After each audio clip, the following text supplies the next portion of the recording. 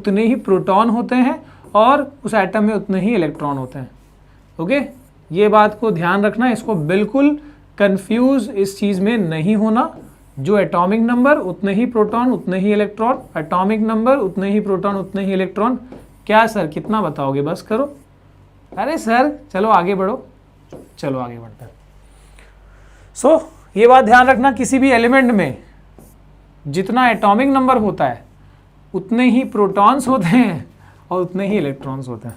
Okay, तो ये हमने बता दिया। इसके बाद न्यूट्रॉन का नंबर मे और मे नॉट बी सेम, तो मैंने अलग से लिख दिया कि हाइड्रोजन में 0 न्यूट्रॉन, हीलियम में 2 न्यूट्रॉन, तो ये आपको अलग से याद रखना पड़ेगा।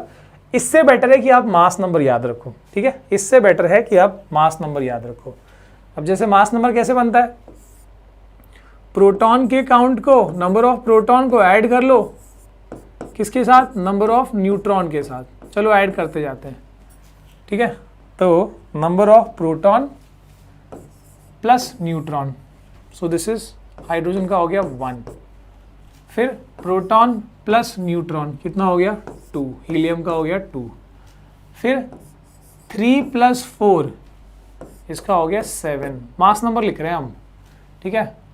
4 + 5 इसका हो गया 9, ओके।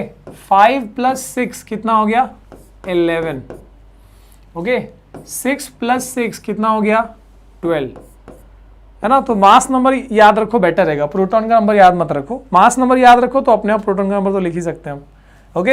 एंड और क्या है, 7 + 7 कितना हो गया 14, इसका होता है 16, है ना। 8 + 8 ये हो गया 10, 9 + 10 इज 19। नियॉन का कितना हो गया 10 + 10 20 हो गया। सोडियम का हो गया 23, मैंने लिखा ही था। मैग्नीशियम का हो गया 24, एल्यूमिनियम का 27, okay. So sodium, magnesium, aluminium, इसके बाद 14 + 14 28, सिलिकॉन का 28, फॉस्फोरस का 31, सल्फर का 32, जस्ट चेक इट, ठीक है। ये हो गया 15 + 30 16 31, 16 कितना हो 32 हो गया। 17 और 18 कितना हो गया 35, एंड आर्गन का कितना हो गया 18 और 22 इज मेकिंग इट 40, ठीक है। तो हमने यहाँ पर मास नंबर लिख दिया, अब ये याद कर लो, काम हो जाएगा, ठीक है बच्चा। आगे देखते हैं, आगे देखते हैं। नाउ ये तो हमने लिख दिया मास नंबर। और एक बात, अब सवाल बनते हैं कुछ। मान लो आपको ऐसा दिया रहेगा कि एलिमेंट है x, ऐसे दिया है यहाँ पर, ये आपको पता नहीं, ठीक है। आपको दिया एलिमेंट x है, उसका मास नंबर है 27 और एटॉमिक नंबर है, इससे नहीं, यहां नहीं देखना आपको, बस डायरेक्टली यहां पर कैसे लॉजिकली सॉल्व करोगे। एटॉमिक नंबर है मान लो 13, ओके। तो आपको अगर बोला है कि हाँ उसका नंबर ऑफ इलेक्ट्रॉन प्रोटॉन निकालो, कैसे निकालोगे, व्हाट इज अ फॉर्मूला। अगर आपको बोला है कि give the number of proton या नंबर ऑफ इलेक्ट्रॉन या what is the number of neutron, तो कैसे बताओगे। तो बहुत सिंपल है सर, जितना एटॉमिक नंबर होता है उतने ही प्रोटॉन होते हैं, जितना एटॉमिक नंबर होता है उतने ही इलेक्ट्रॉन भी होते हैं, लेकिन न्यूट्रॉन का नंबर कैसे निकालोगे। तो अपन ने बहुत सिंपल सी बात कही है कि मास नंबर कैसे बना हुआ है, नंबर ऑफ न्यूट्रॉन से और नंबर ऑफ प्रोटॉन से। बात सही है ना।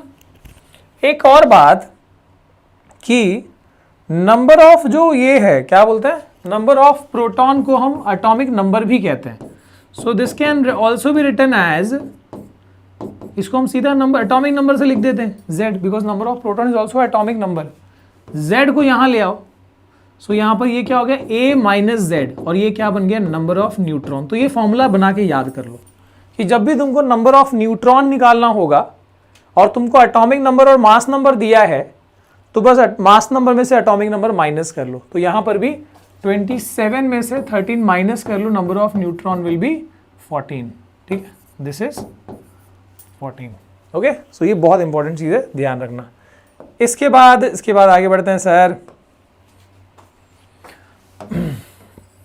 मिटाओ रे सजना आन मिलो सजना, वाह मैं गीत भी गाता हूँ, पता है तुमको, एकदम बढ़िया वाला, एकदम मज़ेदार, बस आज मूड नहीं है। अच्छा, electronic configuration. Electronic configuration, electronic configuration का मतलब होता है distribution of electron in different orbits. मतलब इलेक्ट्रॉन हमको पता लग गया इतने इलेक्ट्रॉन है, पर अलग अलग ऑर्बिट्स में कितने इलेक्ट्रॉन है कैसे पता लगेगा? इसके लिए एक फॉर्मूला बताने जा रहा हूं, ध्यान रखना। The magical formula is 2n²। कैसे काम करता है सर ये? इसमें n का मतलब है नंबर ऑफ ऑर्बिट। कौन सी वाली ऑर्बिट है ये? अगर फर्स्ट ऑर्बिट है, अगर पहले ऑर्बिट की बात कर रहे हो तो पहले ऑर्बिट मतलब फर्स्ट में क्या आ गया? 1 आ गया ना। तो अगर फर्स्ट ऑर्बिट है तो n का मतलब हो गया 1। अगर दूसरे ऑर्बिट की बात हो रही है, अगर सेकेंड ऑर्बिट की बात हो रही है, ऑर्बिट या शेल भी कहते हैं, तो उसमें सेकेंड ना, सेकेंड का मतलब n = 2। थर्ड में n को क्या डालेंगे? n = 3। ऐसे ही फोर्थ में n = 4।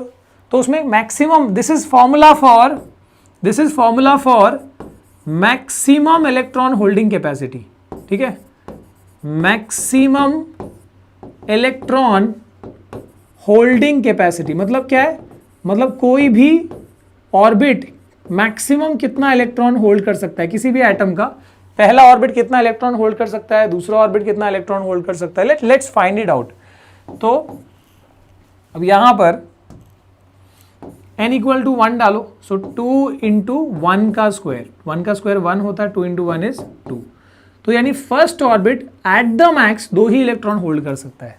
दो से कोई भी एटम हो, पहला ऑर्बिट में 2 से ज्यादा इलेक्ट्रॉन आ ही नहीं सकता है ना। सेकेंड ऑर्बिट के लिए अब फॉर्मूला क्या है? 2n²। तो 2 × 2 का स्क्वायर है ना, n का वैल्यू यहाँ 2 है, तो 2 × 2 का स्क्वायर, 2 का स्क्वायर 4 होता है, 4 × 2 = 8। यानी दूसरा ऑर्बिट ज्यादा से ज्यादा 8 इलेक्ट्रॉन होल्ड कर सकता है, उससे ज्यादा नहीं। थर्ड ऑर्बिट 2 × 3² कितना हो जाएगा? 3² is 9, 9 × 2 = 18। Third orbit maximum 18 electron hold कर सकता है, उससे ज्यादा नहीं। ठीक है, अगर तुम 4 डालोगे तो वहां 32 आएगा एंड सो ऑन।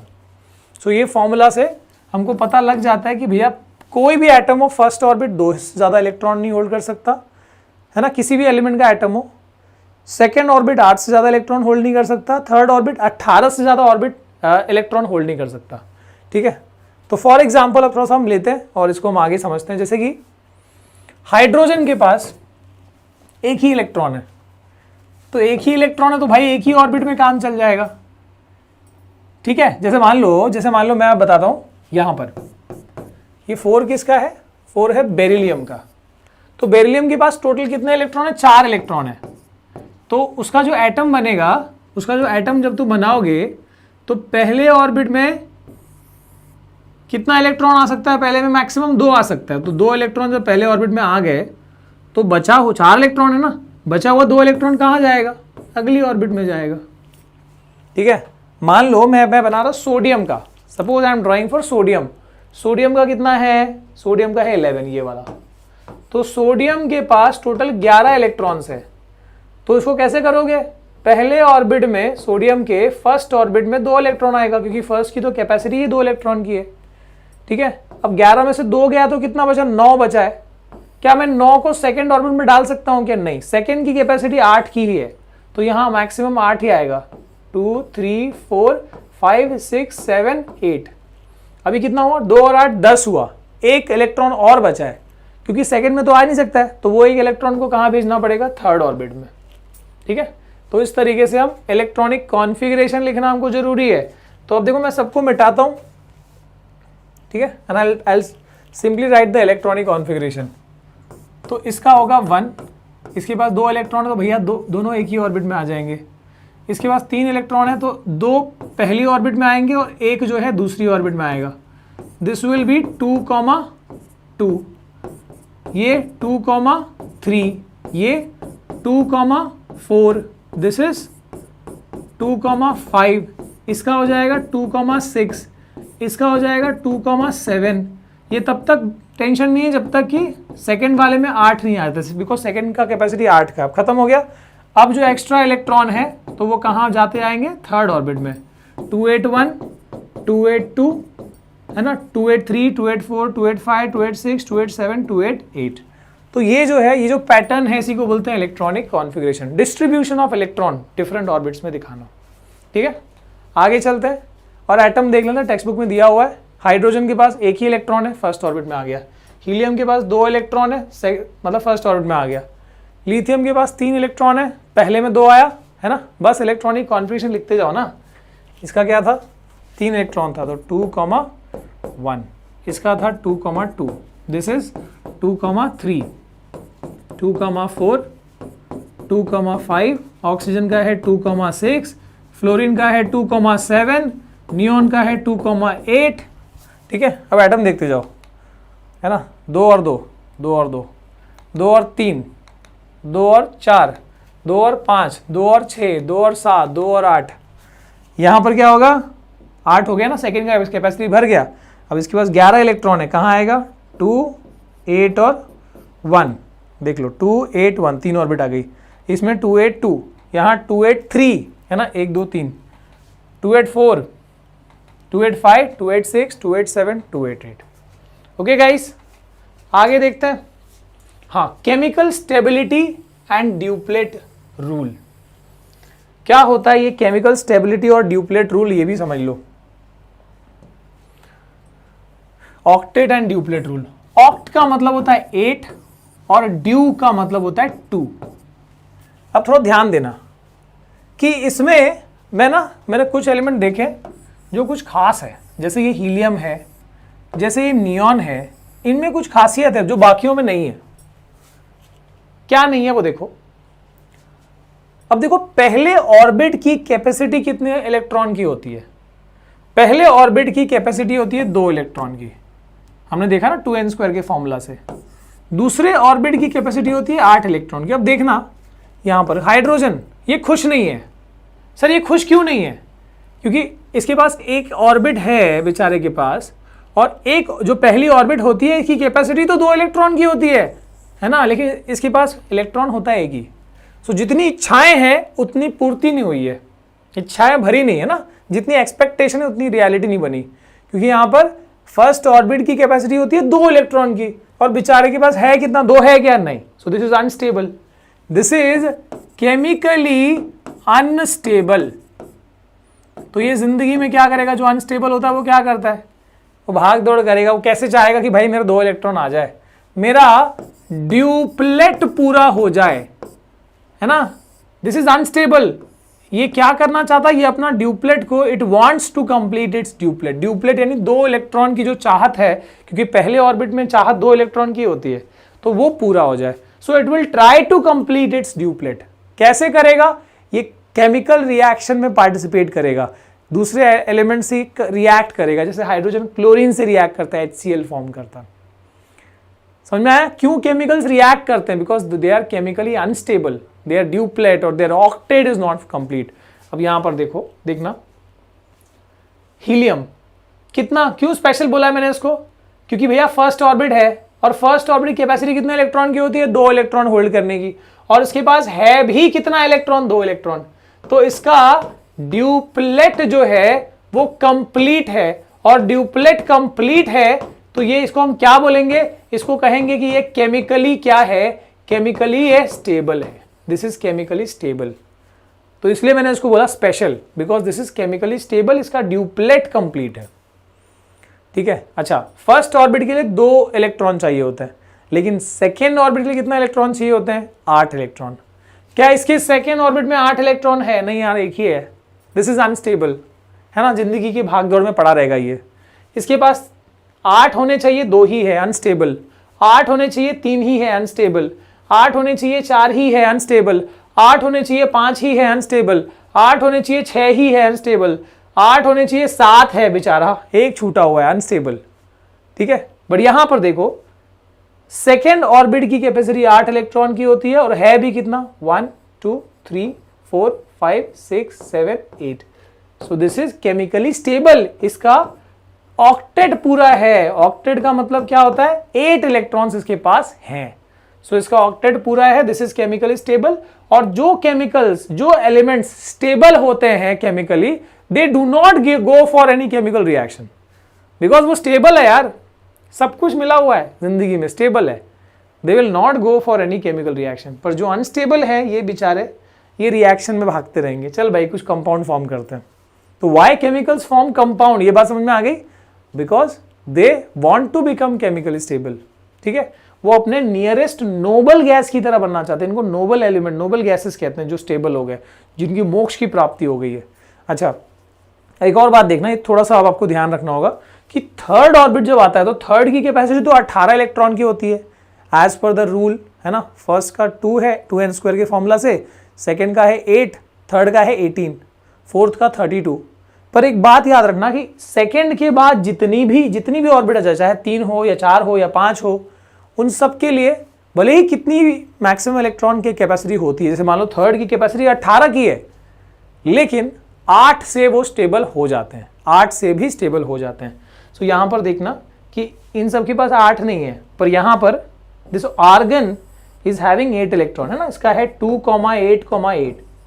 भले ही थर्ड की कैपेसिटी 18 की होती है या फोर्थ की कैपेसिटी 32 की होती है, पर थर्ड, फोर्थ, फिफ्थ जितना भी, उनके पास अगर 8 इलेक्ट्रॉन आ गया, यानी कि इनका ऑक्टेट पूरा हो गया, तो ये लोग स्टेबल मानते हैं अपने आप को। 18 होता तो वेल एंड गुड, पर 8 है तब भी दे आर स्टेबल, ये रूल है, ठीक है। सो कोई भी एलिमेंट केमिकली स्टेबल कब बनता है, या तो उसका ड्यूप्लेट पूरा हो, ड्यूप्लेट फर्स्ट ऑर्बिट के लिए होता है, बाकी सभी के लिए एटलीस्ट ऑक्टेट पूरा होना चाहिए, ठीक है, तो वो स्टेबल होते हैं। स्टेबल नहीं होंगे तो they go for a chemical compound formation, compounds form करने जाते हैं। जैसे सोडियम बेचारा क्लोरीन से मिलके सोडियम क्लोराइड फॉर्म करता है, कैसे होता है सर, थोड़ी लॉजिक बताओ। लॉजिक ये है कि इसके पास 11 इलेक्ट्रॉन है 2,8,1, इसके पास 17 इलेक्ट्रॉन है 2,8,7, है ना। अब क्या होता है, दोनों को ऑक्टेट पूरा करना है। जैसे मान लो मैंने यहां पर सोडियम बना दिया, दिस इज 2 इलेक्ट्रॉन, ये हो गया 8 इलेक्ट्रॉन, ठीक है, और ये लास्ट ऑर्बिट में 1 electron. I will draw chlorine with another colour, ये है क्लोरीन, 2, 8 एंड बोलते जाओ भाई 7 इलेक्ट्रॉन है आउटर मोस्ट में। सो 1, 2, 3, 4, 5, 6, 7, दोनों को ऑक्टेट पूरा करना है। दोनों अपने अपने रेस्टोरेंट, मतलब रेस्टोरेंट में अलग अलग टेबल पे बैठे हैं। एक बंदा आया बहुत स्मार्ट सा मेरे जैसा, और उसने बोला यार एक काम करो ना, तुम्हारा दोनों का रिक्वायरमेंट पूरा हो जाएगा, you can also understand what will happen now. अरे यार सोडियम ने बोला कि यार सिंपल है, 1 इलेक्ट्रॉन इधर भेज दो। सोडियम ने नहीं बोला, मैंने बोला 1 इलेक्ट्रॉन यहां भेज दो, तेरा भी हो जाएगा 2,8, झंझट ही खत्म, और तेरा भी हो जाएगा 2,8,8, झंझट ही खत्म। सो यू विल बिकम, ये इलेक्ट्रॉन जब यहां ट्रांसफर करते हो तो क्या बन जाता है ये, तो इसका सोडियम का कॉन्फ़िगरेशन हो जाता है, सोडियम का कॉन्फ़िगरेशन होता है 2,8, और क्लोरीन का बन जाता है 2,8,8। दोनों का ऑक्टेट हो गया पूरा, दोनों स्टेबल बन गए। लेकिन यहां पर कहानी खत्म नहीं होती। क्यों सर, क्या प्रॉब्लम है? जब इसने इलेक्ट्रॉन गेन, देखो लूज गेन नहीं किया था तब क्या था, जब ये लोग एटम थे उस वक्त यहां पर 11 प्रोटॉन था और 11 इलेक्ट्रॉन था। So the overall charge was 0, electrically neutral था। This was also having 17 proton and 17 electron, this was also neutral. जब ये इलेक्ट्रॉन ट्रांसफर कर दिया, प्रोटॉन थोड़ी ना ट्रांसफर किया, तो प्रोटॉन तो अब भी इसके पास 11 है, ठीक है, लेकिन इलेक्ट्रॉन कम हो गया ना, 10 हो गया। सो एक एक्स्ट्रा प्लस चार्ज बच गया ना, सो ये Na+ बन गया। जब पॉजिटिव चार्ज आ जाता है ना, तो एटम जो है वो आयन बन जाता है। और वो कौन सा आयन बन जाता है? Positive ion. पॉजिटिव आयन को बोलते हैं कैटायन।